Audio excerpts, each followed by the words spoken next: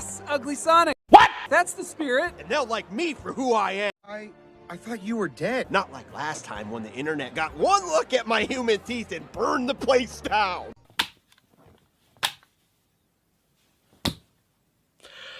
What?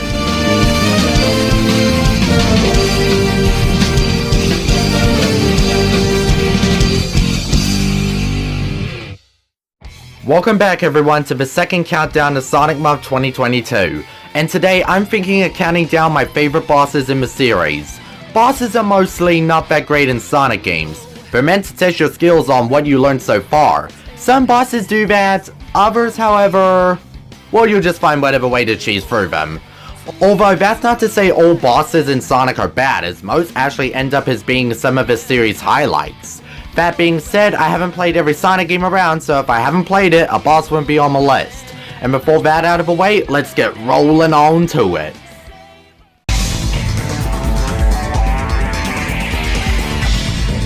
Shadow the Hedgehog honestly did some good under all its problems. Unfortunately, the bosses are sadly just meh. Not all are bad, but most of them just suffer from pure boredom and mediocrity. But then when I got to battling Sonic and Diablon, it's actually the best fight in the game. Sonic and Diablon are the final boss if you do the Dark Mission in either Gun, Fortress, Black Comet, and Final Haunt. Beating them will eventually turn Shadow to the dark side as the Sonic series version of Darth Vader.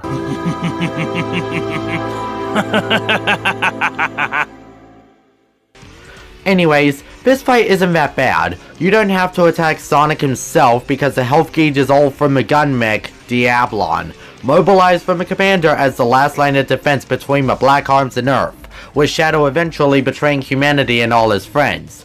So it makes sense that Shadow's ultimate rival and hero of all things human and anthropomorphic tends to stop him. Getting back to the fight, because all the health is on Diablon, you can only attack it at the head, so both you and Sonic have to time your jumps correctly so you jump off Sonic to gain yourself the height, but you'll need to home attack the head. The thing also has a shield, so it will be tough.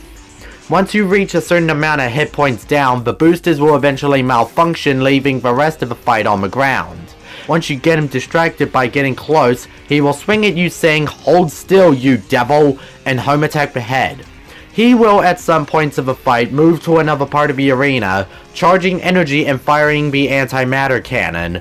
Sonic will try to attack you when Diablon's on the ground, so you need to watch out for him too. My problem with this fight is the pacing. Unless you are somehow lucky enough to find a gun or have your dark gauge fill up to use Chaos Blast to get off an incredible amount of damage, you won't be able to get much off it. I understand the hate that this fight receives, and yeah, the pacing ruins it, but admittedly, compared to every other boss in the game, Sonic and Diablon is honestly the better boss fight in Shadow's game.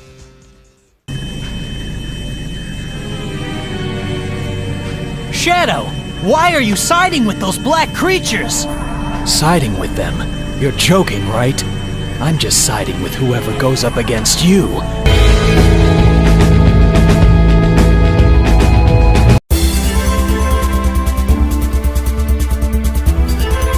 This is such an unpopular opinion to say that I love Sonic 1 more than Sonic 2. The games, not the movies. Sonic 1 doesn't have the best bosses, but they're somewhat enjoyable. Unless if we're talking about Labyrinth Zone or Final Zone, then that's a whole other story. But Starlight Zone does a really good job implementing its main feature of seesaws into the boss battle against the Egg Spiker. The premise of this fight is very simple. You have seesaws, Robotnik flies around shooting spikes, and you must go on the other end of a seesaw to fling the spikes towards Robotnik's cockpit. Rinse and repeat over and over again.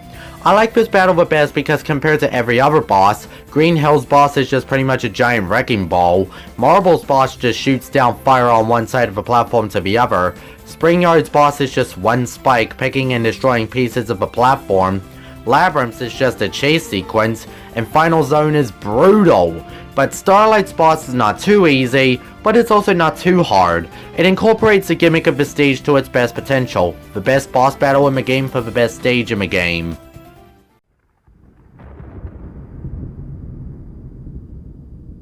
One of the best parts about Sonic Adventure is one of the game's centered antagonists, Chaos, who is a mutated Chao and guardian of the Chao and the Emeralds. And when Chaos got the last Chaos Emerald from a tornado that Big the Cat flew, by the way, he flooded Station Square and became perfect chaos. Now, as Super Sonic, you must hover across the water while also avoiding wreckage and Chaos's attacks to eventually get to him and attack his weak point. Do this multiple times and Chaos returns back to his natural state.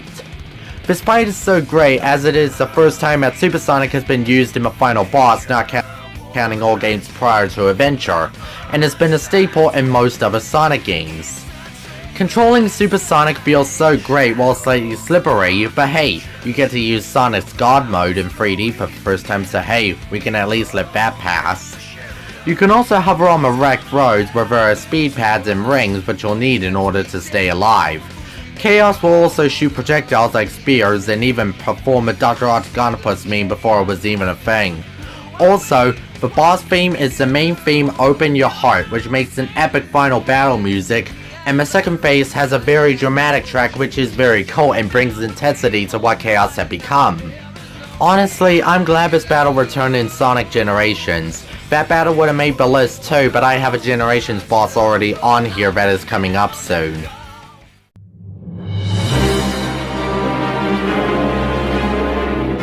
I may love Sonic Lost World, but I do have problems with Fidelity 6 and their battles. I do believe that the Zeddy are boring, and even my favorites such as Xena, Zor, and Zaz have very pathetic or boring battles. But when it comes to the leader Zavok, he isn't that bad of a villain if you ignore all the Bowser inspiration. He's very threatening and his motives to portray Eggman, turn Tails into a robot, and suck up all the planet's energy is honestly very good, even if the last two examples I gave backfired on him. I was very disappointed by his boss in Skyroad Zone 2 because simply just trying to get to him at the Meg Dragon's head is a nuisance. But at the end of Skyroad Zone 4, this battle's actually very good. Sure, it's another easy battle, but I still enjoy fighting him despite the difficulty. Zavok will swing at you while charging up his punches and he'll stomp on the platform activating the lasers inside them. What you gotta do is get Zavok to the very edge of the stage, and then once he's struggling to balance, you gotta wait till the homing reticle reaches to its full power and home attack him off with full strength. At certain points during the fight, platforms will get destroyed and Zavok will try to block your homing attack, so you gotta kick him to lose his balance so you can use your homing attack. This battle is easily the best in the game because the gimmick isn't stupid and it's not pathetic, annoying, or easy. And lastly, the boss theme known as Battle with Zavok is one of the most epic tracks in the whole game. You also find him again in Lava Mountain, a la having the final phase being a straight knockoff of the final battle from New Super Mario Bros. Wii, but great battle nonetheless.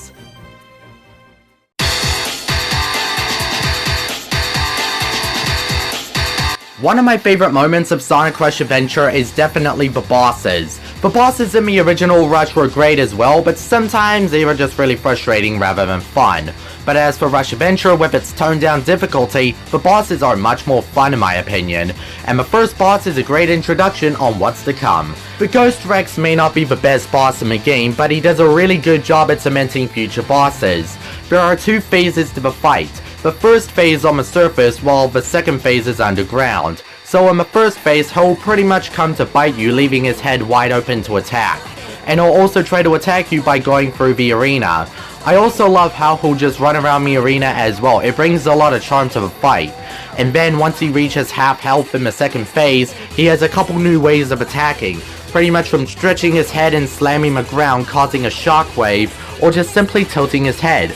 Not much else I want to say other than the boss theme is a banger, and the cutscene introducing the Tyrannosaurus shows the menace of the Rex.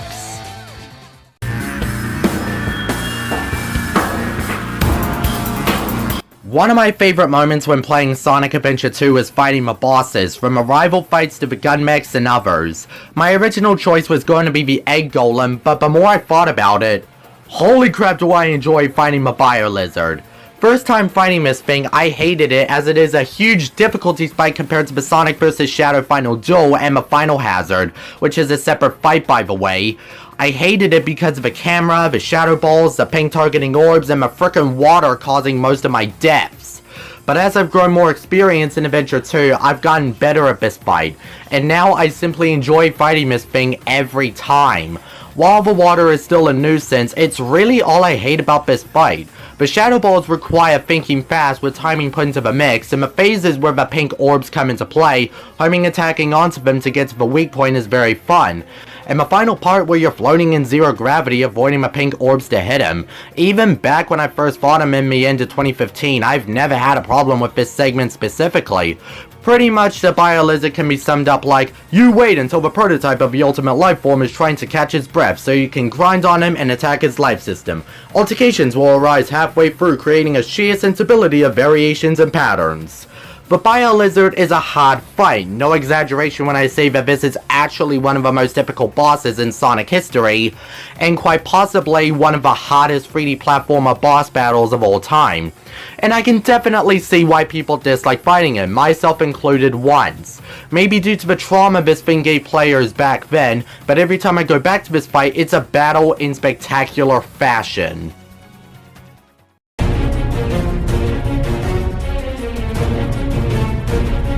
Lyric, for all the flack he gets in the fandom, I actually don't think he's the worst villain in the series. To me, it would be Black Doom. I mean, sure, he's a giant reptile on life support, though it's not like that hasn't been in Sonic before. I think his motives are pretty good, his backstory is interesting, and when the game reaches the ultimate climax, has a pretty darn satisfying final boss. Pretty much the big reason I see people hating this battle is probably just another excuse to hate on anything in this game. But when you look at this boss with a more open mind, it's a very good boss. Pretty much the boss utilizes all the techniques you learn throughout Rise of Lyric with the combat, inner beam abilities, and Team Sonic's powers in order to grab each of the crystals and take down Lyric once and for all. Sure, like throughout the entire game, it's impossible to lose because there's no life system and you can continue on from where you left off. But to me, it doesn't really make this fight any less fun. Lyric will attack you by throwing debris from outside hit range and he'll come down and send a shockwave, which will be your time to wail on him whilst he's attacking from the tail. But enemies will also spawn in the arena, which does get a bit distracting, but it really adds challenge to the table. And once the time is right, everyone in Team Sonic will grab and pull Lyric on the tip of the tail with the inner beam to take down the barrier, specifically for a member of Team Sonic to use their abilities to get the crystals. Starting off with Tails, where he will have to fly towards moving fans and jump on springs to regain height, while also avoiding lasers as well. Second phase is Knuckles, where he will jump on a spring to travel across while avoiding 4 turning lasers like he's in Crash Bandicoot Warped.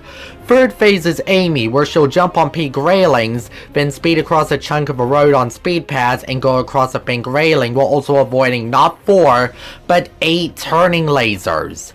And the final crystals to collect all lead to Sonic by homing attacking onto these blue orbs, which will lead Sonic into the pipe, leading to bouncing off springs and spin dashing up a ramp to regain the final crystals. And now, Lyric will be left defenseless and weakened on the ground, slashing away at Team Sonic and using his tail to attack. The music here is honestly very good, and I know it's not very Sonic-ish, but for someone who loves the soundtrack from the amazing Spider-Man video game on PS3, because when I listen to the music in the time when you infiltrate Oscorp, all I could think of when listening to the music that plays in that scenario is the final boss battle music from Rise of Lyric. I'm not even kidding.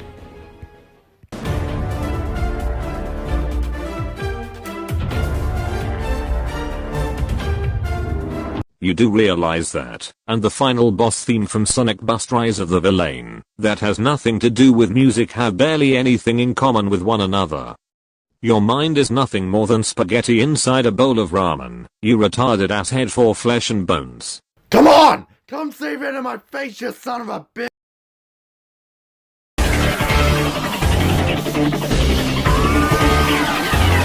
Having never played Sonic 06, I can tell how bad the fight against Silver is from his Psychokinesis stun lock and the "it's no use, how about this?" and "take this" lines being memes of the fandom. But ever since Generations came along, making the rival battle against Silver the shockingly best fight in the game.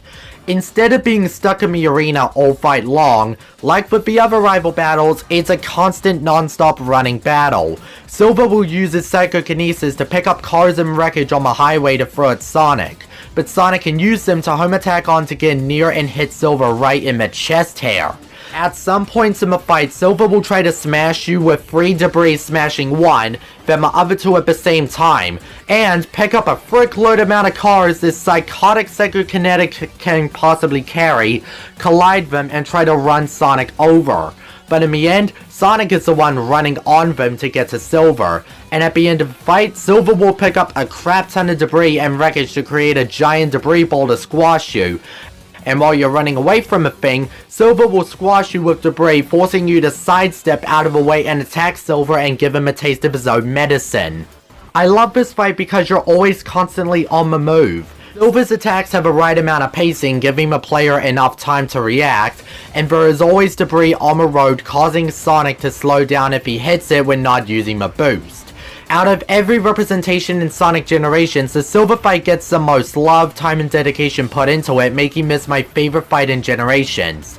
You know, it's hard to believe my favorite stage in Generations is from 06, and my favorite boss in Generations is also from 06. Keyblade Master thinks I respect Sonic 06 more than Ico and McCloud Palace's Love is War video, when Sonic Generations somehow respects 06 more than Colors.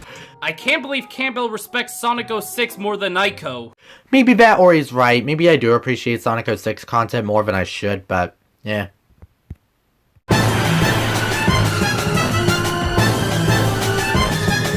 For as much praise I give Sonic Unleashed, one of the biggest downsides of the game that many of my other favorite games of all time do better are the boss battles.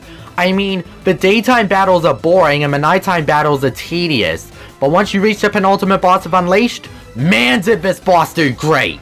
We see this thing before the opening cutscene of the game, but now upgraded to the max.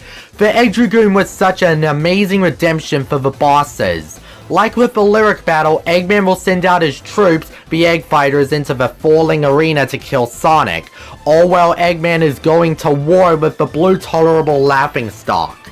Up until this point in the game, Sonic has been fighting Eggman's machinery in his original look, while fighting the Dark Gaia spawns as a werehog. So having to fight the guy as a werehog is a nice change. I mean, Eggman was the one who transformed Sonic into the thing, so it's somewhat like revenge with the exception of Eggman's death. But I mean, hey, if you kill Eggman here, that would kinda mean the end of the mainline Sonic games, and we wouldn't like that, would we? Don't you look at me like that, you know I'm right. Anyways, Eggman will shoot out bullets, throwing a big ice ball to the middle of the arena to freeze Sonic, and at certain points, Eggman will shoot his drill to the middle of the arena, crumbling it in the process while Eggman will shoot at you whilst free falling. His weak point is at the big green light in the middle of the Dragoon, and when a certain amount of damage is taken off, comes the QuickTime events to rip apart the robot piece by piece, until the final QTE comes where you rip off the part holding the Eggomatic in place, and the Werehog flinging Eggman while he's blasting off again like he's a member of Team Rocket. This boss really isn't that difficult compared to many other fights in the game prior, and the Dark Gaia fights afterward, but honestly, I was considering putting Dark Gaia on the list. I get that the HD version of a fight isn't the most well-loved boss in the game, but I do consider it a fantastic conclusion to a fantastic video game. And the Egg Dragoon really builds up that suspension and the finale of the battle. But the robot also returns in Sonic Generations as the choice as a main boss for the modern era, and it returns again in Sonic Forces, for no real reason whatsoever. So please, Sega and Sonic Team, the Egg Dragoon's great and all, but there's no need to fetishize the fight over and over again. And don't let it return in Sonic Frontiers, that is all I am asking. Alright, but before we reach my favorite boss battle in the series, let's take a look at other bosses that missed the list in these honorable mentions. Egg Hammer Mega from Sonic Rush. Egg Scarab was my favorite, as I said in my Mirage Road segment on my honorable mentions and favorite levels, but I think I prefer this fight a lot more. Like Rush Adventure, the first boss really captivates the rest of the bosses in the game. Puyo Puyo from Sonic Mania. Honestly, I'm not the biggest fan of the game Dr. Robotnik's Mean Bean Machine, but I love this boss mainly due to the reference of that game as well as other Puyo Puyo-like games, but it's fun fighting Robotnik in a game of Puyo Puyo 2. Zavok from Sonic Forces. This boss had a considerable amount of challenge put into it, with the targeting laser, the stinger, charge, and the platform collapsing after the second phase of a fight. And the remix of Battle with Zavok is one of my favorite boss themes in the game. And Flying Eggman from Sonic the Hedgehog 2. The boss has 7 orbiting drones surrounding Robotnik, preventing the player from attacking Eggman. Just take out the drones and take out Robotnik. It's a really simple yet fun fight, not too easy and not too annoying, unlike every other boss in Sonic 2 that fits one of these categories.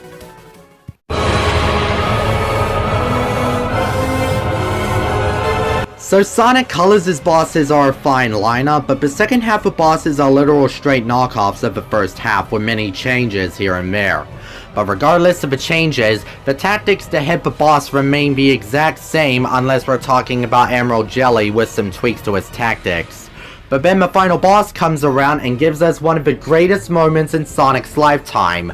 Eggman pulls everything he has into the Nega Wisp armor, making it one of his truly greatest creations until Lost World and Forces decide to knock it off. But still, this fight is fun as all hell. Since Sonic has used the Wisps to his potential throughout the game, you must face Eggman while he uses the power of the little aliens he captured at his disposal. He uses the powers in fun and creative ways, like using the spikes as hurdles and the cubes coming towards Sonic, and sometimes he'll try to use both cube and spike at the same time. He'll also attempt to use the laser, which he really doesn't use all that creatively, to be honest. Eggman will keep going unless you attack the Nega Wisp armor and free the Wisps, which in turn will weaken the power of the robot and the Hyper Go-On energy. But after a while, the second phase begins and the attacks will go faster than normal, especially with the laser and cube. Keep attacking until the Nega Wisp armor is out of energy and malfunctioning, and now Sonic must use all the Wisp types of the game to use the special attack for the fight, Final Color Blaster, which includes... well, I'll let the announcers say their names. Laser, drill, spike, rocket, cube, hammer, frenzy. This fight is so legendary that a lot of people, even ones that don't like Sonic Colors all too much, like or even love, and I'm on the side of love. I've replayed this fight a numerous amount of times. Compared to all other fights beforehand, those were just cakewalks compared to the sheer fun factor this fight receives and delivers. Eggman's right, the robot truly is special, until, like I said before, Lost World and Forces knockoff showed up. And lastly, the boss themes?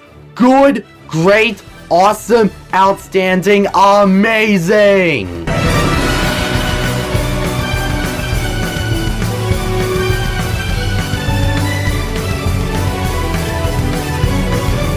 These tracks are good. They are some of the best remix tracks in Sonic Colors Ultimate, which both made my top 10 Sonic Colors Ultimate remix tracks list at the end of last year.